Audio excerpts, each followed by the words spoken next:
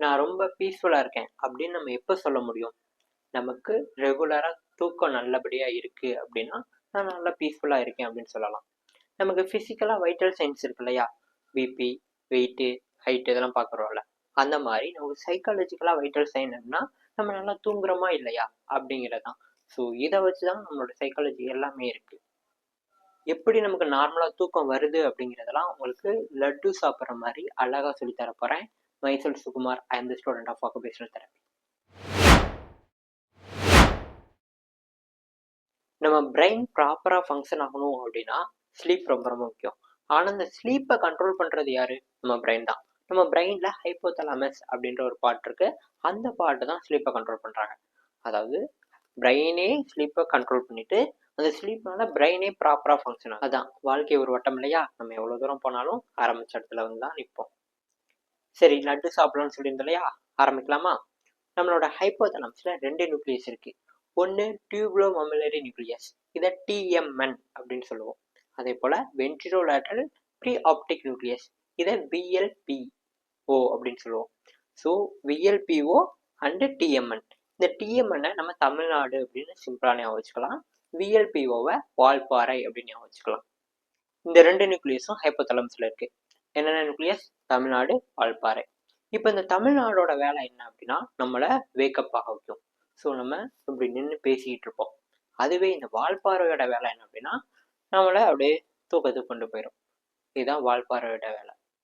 சரிடா, இந்த நியூக்ளியஸ்லாம் என்னடா அப்படின்னா நியூரான்ஸ் நம்ம படிச்சிருப்போம். நியூரான்ஸ்ல செல் பாடிலாம் இருக்கும்.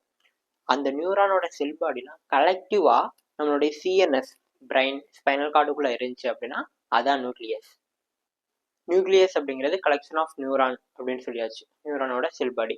நியூரானோட வேலை நார்மலா என்ன? நியூரோ டிரான்ஸ்மிட்டர்ஸை ரிலீஸ் பண்ணி ஒரு சிக்னலை பாஸ் பண்ணும்.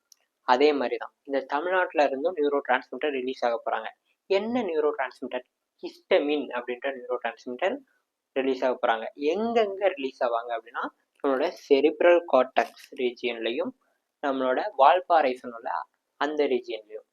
ஏன் வால்பாறை மேலே இந்த ஹிஸ்டமின் போய் ரிலீஸ் ஆகுறாங்க அப்படின்னா வால்பாறையை ஆஃப் பண்ணால் மட்டும்தான் நம்மளால வேக்கப் ஆக முடியும். ஸோ வால்பாறை தூங்க வச்சுட்டு இருக்காங்க. ஸோ அவர் ஆஃப் பண்ணணும்ல, அதனால தமிழ்நாட்டில இருந்து ஹிஸ்டமின் போய் வால்பாறையை ஆஃப் பண்ணிட்டு செரிப்ரல் கார்டெக்ஸ்க்கு போயிட்டு வேக்கப் ஆக வச்சுட்டாங்க. ஸோ ஒரு நியூரோ டிரான்ஸ்மிட்டர் ஹிஸ்டமின் அப்படிங்கிறது ரிலீஸ் ஆகிட்டு நம்மளை வேக்கப் ஆக வச்சிருச்சு. அப்போ வால்பாறையோட ஹிஸ்டரி எடுத்து பார்த்தா அவன் தூங்க வைக்கிறதுக்காக ஒரு நியூரோ டிரான்ஸ்மிட்டர் கொண்டு வருவான். ஒரே கதை தான் இங்கேயும். வால்பாறை காபா அப்படின்ற நியூரோ டிரான்ஸ்மிட்டரை தமிழ்நாட்டு மேலேயும் செரிப்ரல் கார்டெக்ஸ் மேலேயும் ரிலீஸ் பண்ணுறான். அதனால ஆட்டோமேட்டிக்காக நம்ம தூக்கத்துக்கு போயிடுறோம். நம்ம தூங்கும்போது என்ன ஆகுது? நம்மளுடைய வால்பாறை செரிப்ரல் கார்டெக்ஸுக்கும் தமிழ்நாட்டுக்கும் காபா அப்படின்ற நியூரோ டிரான்ஸ்மிட்டரை ரிலீஸ் பண்ணுறாங்க. அதுவே நம்ம முழிக்கும் போது தமிழ்நாடு ஆக்டிவேட் ஆகிட்டு தமிழ்நாட்டிலேருந்து ஹிஸ்டமின் நம்மளுடைய வால்பாறைக்கும் செரிப்ரல் கார்டெக்ஸுக்கும் போய் ரிலீஸ் ஆகிடுறாங்க. அதனால நம்ம வேக்கப் ஆயிடுறோம். அவ்வளோதான், சிம்பிள். சரி, ஒரு பையன் ரொம்ப வேக்கடாகவும் இருக்கான், தூங்கவும் செய்கிறான். எப்படி தூக்கத்துல இருந்து எந்திரிப்பான்? இதுக்கு ஒரு நியூக்ளியஸ் கண்ட்ரோல் பண்ணிட்டு இருக்காங்க, சுப்ரா சயாஸ்மெட்டிக் நியூக்ளியஸ். இதுல சர்க்காடியன் வேக் டிரைவ் அப்படின்னு ஒரு டிரைவை ரெகுலேட் பண்ணிட்டு இருக்காங்க. இது எப்படி ஒர்க் ஆகுது அப்படின்னா நம்ம எக்ஸ்போஸ் ஆகக்கூடிய லைட், காலையில சூரிய ஒளிப்படுது, அதே போல நம்ம ஆக்டிவ் ஆகுறோம், நம்மளோட மெலட்டோனின் லெவல் கம்மியாகும். ஸோ இந்த மூணையும் வச்சுதான். ஸோ நம்ம டெய்லியும் காலைல எந்திரிச்சு ஆக்டிவாகவே இருக்கோம் அப்படின்னா அந்த டயத்துக்கு ஆட்டோமேட்டிக்காக நமக்கு விழிப்பு வந்துடும். ஸோ அதான் சர்க்காடியன் வேக் டிரைவ் அப்படிங்கிறது. நம்ம டெய்லி ஆக்டிவ் ஆகிறோம் இல்லையா? ஸோ அந்த ஆக்டிவ் ஆகிற டைம் அப்படியே ஸ்டோர் பண்ணி வச்சுப்பாங்க. அந்த டயத்துக்கு ஆட்டோமேட்டிக்காக ஆக்டிவாக நமக்கு வேக்கம் வந்துடும்.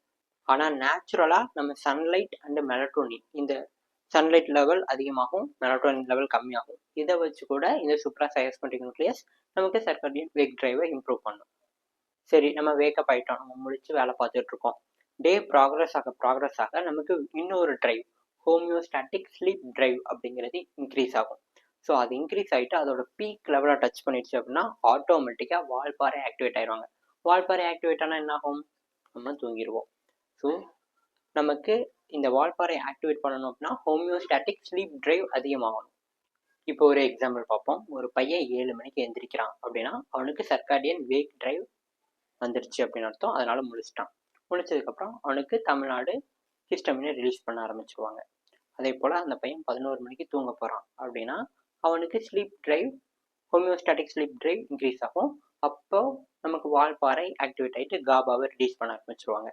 ஸோ மறுபடியும் காலைல 7 மணி ஆகும், அவனுக்கு சர்க்காடியன் வேக் டிரைவ் வரும், மறுபடியும் தமிழ்நாடு ரிலீஸ் பண்ணுவாங்க. ஸோ இது அப்படியே ஒரு சைக்கிளிக் ஈவெண்ட்டாக நடந்துக்கிட்டே இருக்கும். இதில் ஏதாவது டிஸ்டர்பன்ஸ் வந்துச்சு அப்படின்னா அதுதான் நம்ம ஏகப்பட்ட ஸ்லீப் டிஸார்டர்ஸில் கிளாஸிஃபை பண்ணி வச்சுருக்கோம். சரி, மேஜர் ஸ்லீப் டிஸார்டர்ஸ் ஒரு சிலது சொல்கிறேன். இன்சோம்னியா, அவங்களுக்கு தூக்கமே வராது. தூக்கம் இல்லாட்டி தமிழ்நாடு ஆக்டிவில் இருக்கான். ஹைப்பர்சோம்னியா, அவங்களுக்கு தூக்கம் மட்டும்தான் வரும், ரொம்ப நேரம் தூங்கிட்டே இருப்பாங்க. அவங்களுக்கு வால்பாறை ரொம்ப நேரம் ஆக்டிவில் இருக்காங்க. ஸ்லீப்பிங் டிஸார்டர் வித் மூமெண்ட், அதாவது தூக்கத்தில் இருந்துச்சு நடந்து போவாங்க. நிறைய படத்துலலாம் பார்த்துருப்போம், அந்த டிஸார்டர்லாம் இருக்குது. அதே போல் நம்மளோட சர்க்காடியன் ரிதம் கரெக்டாக ஃபாலோ ஆகாமல் ஒரு சிலர் தூங்கிட்டு இருப்பாங்க. எக்ஸாம்பிளுக்கு ஒரு நாளைக்கு 10 மணிக்கு தூங்குவாங்க, காலைல 5 மணிக்கு எழுந்திரிப்பாங்க.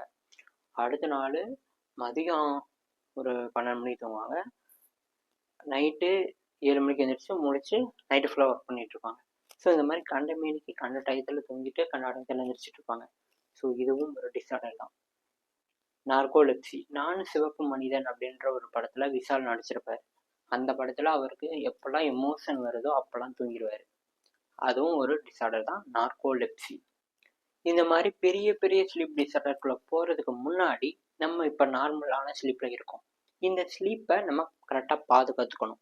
அதை பாதுகாக்கிறதுக்கு நம்ம என்னெல்லாம் பண்ணலாம் அப்படின்னா, நம்ம டெய்லி எங்கேஜாக இருக்கணும். டெய்லி எங்கேஜாக இருந்தால் தான் நமக்கு கரெக்டான ஸ்லீப் வேக் சைக்கிள் ரெகுலேட் ஆகிட்டே இருக்கும். ஃபஸ்ட்டு நம்மளோட பெட்ரூம், நம்ம தூங்க போகிற இடம் ரொம்ப காமாக இருக்கணும், ரொம்ப டார்க்காக இருக்கணும், குவாய்ட்டாக இருக்கணும். அப்போ தான் நமக்கு நல்ல குட் ஹெல்த்தியான ஸ்லீப் கிடைக்கும்.